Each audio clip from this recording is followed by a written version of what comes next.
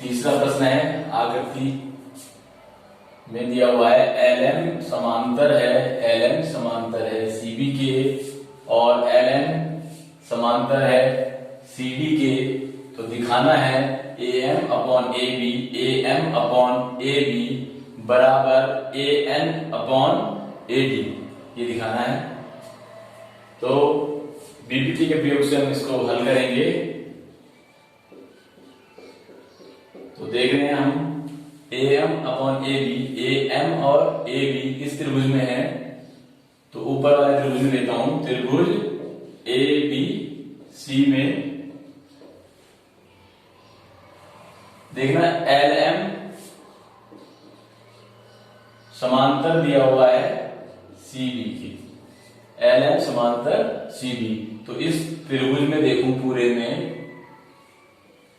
कि ये इसके समांतर है, तो किसी त्रिभुज में किसी एक भुजा के समांतर खींची गई रेखा यानी कि CB के समांतर खींची गई रेखा LM बाकी दोनों भुजाएं AB और AC को समानुपात में बांटेगी। तो AM अपॉन MB बराबर होगा AL अपॉन LC।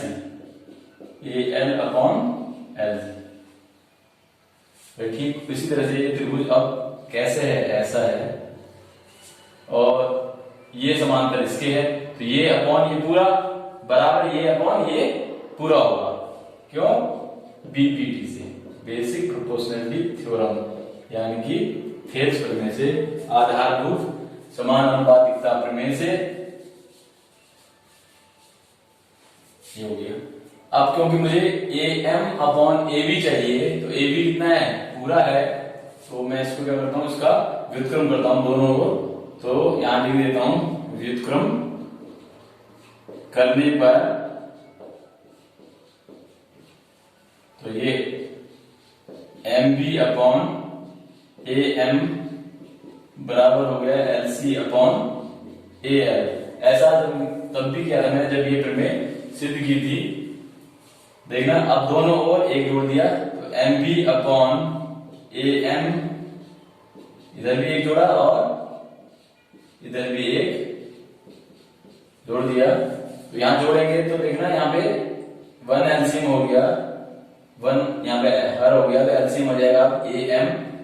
तो 1 की गुणा यहाँ पे MB में और AM की गुणा 1 में, तो ये AM आ जाएगा। यहां पर देखें, यहां भी हर एक ले लिया इसका, तो यहाँ एलसीएम हो जाएगा AL, 1 की गुणा LC में तो LC, AL की गुणा 1 में तो AL। अब देखें MB और AM, MB कौन सा है, ये है, AM कौन सा है, ये है, तो ये पूरा जोड़कर कितना जाएगा, AB। तो ये जो पूरा जोड़कर के हो गया AB और ये हो गया AM। इसी प्रकार यहाँ पे देखें LC कौन सा है, LC ये है और AL ये है, तो AL और LC को जोड़ेंगे तो ये कितना जाएगा, AC। तो ये हो जाएगा AC, ये हो गया अपॉन A।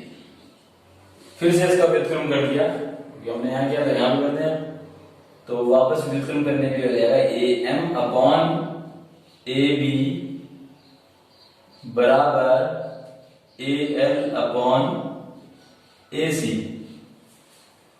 तो देख रहे हैं, जो सिद्ध करना है उसका एक पक्ष मेरे पास आ गया है, AM अपॉन AB।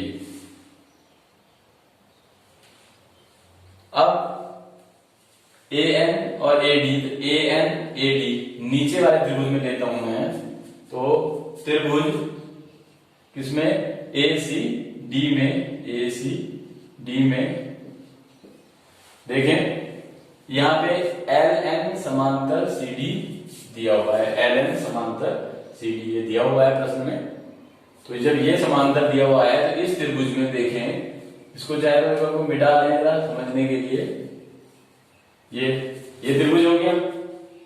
अब किसी त्रिभुज में किसी एक भुजा के समांतर खींची गई रेखा शेष दोनों भुजाओं को समानुपात में काटती है, तो शेष दोनों भुजाएं कौन सी हैं, AC और AD। तो क्या होगा, AN अपॉन ND, यह अनुपात बराबर हो जाएगा ये AL अपॉन एलसी मिला लेते हैं। ये हो गया, ये भी इससे बीपीटी से थेल्स प्रमेय से ऐसे भी लिख सकते हैं थेल्स प्रमेय। अब यहां पर भी ऐसे ही करेंगे क्योंकि मुझे ए एन अपॉन पूरा एडी चाहिए। ये देखें तो यहाँ पे A N upon N D है, तो इसको फिर मैंने व्युत्क्रम किया तो N D upon A N बराबर हो गया L C upon A L. और फिर यहां पे भी ऐसे ही दोनों ओर एक जोड़ दिया तो N D upon A N plus 1 और यहाँ पे L C upon A L plus 1।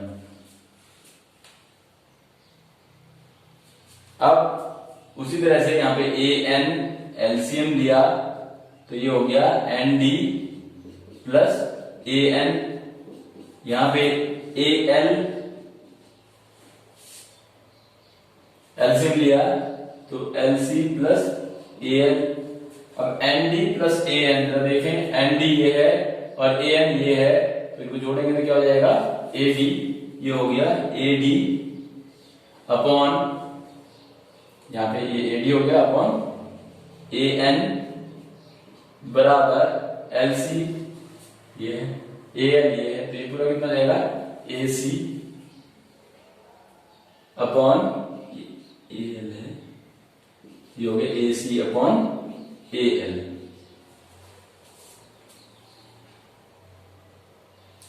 इसको फिर उल्टा कर दूं मैं तो इसको उल्टा करने पे क्या हो जाएगा, व्युत्क्रम करने पे ए एन अपॉन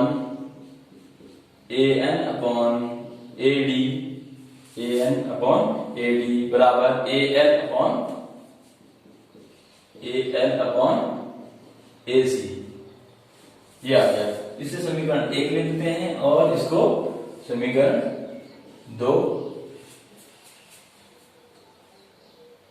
देखना A N upon A D, तो ए एन अपॉन ये पूरा A D, A N upon A D, ये दूसरा पक्ष भी आ गया है बराबर A L upon A C के, तो दूसरा पक्ष भी आ गया है। लेकिन इससे ये सिद्ध नहीं आता कि इससे बराबर है, लेकिन हम दोनों समीकरणों को देखें तो देखें यहाँ पर पहले समीकरण में देखें दायां पक्ष क्या है ए एल अपॉन ए सी, दूसरे समीकरण में दायां पक्ष ए एल अपॉन ए सी। तो पहले समीकरण में देख रहे हैं A M upon A D A L upon A C के, दूसरे समीकरण में देख रहे हैं कि A N upon A D बराबर A L upon A C के है।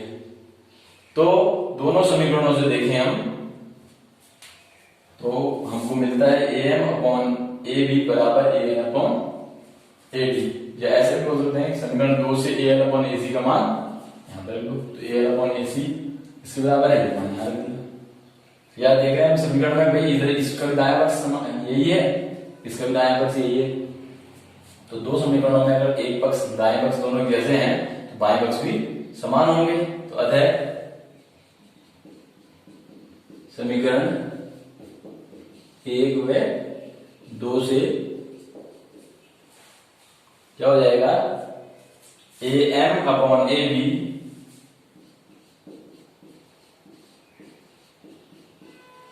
बराबर हो जाएगा A N upon A D. तो हमने क्या किया इस वाले में ये बटे ये पूरा बराबर ये अपॉन ये दिखाया पहले वाले केस में, दूसरे वाले केस में दूसरे समीकरण में ये अपॉन ये पूरा बराबर दिखाया ये अपॉन इस पूरे की। तो ये दोनों जगह कॉमन हो रहा है, तो इसलिए ये अपॉन ये यानी कि एम अपॉन ए बी बराबर हो गया ए एन अपॉन ए डी। यही हमको सिद्ध करना था।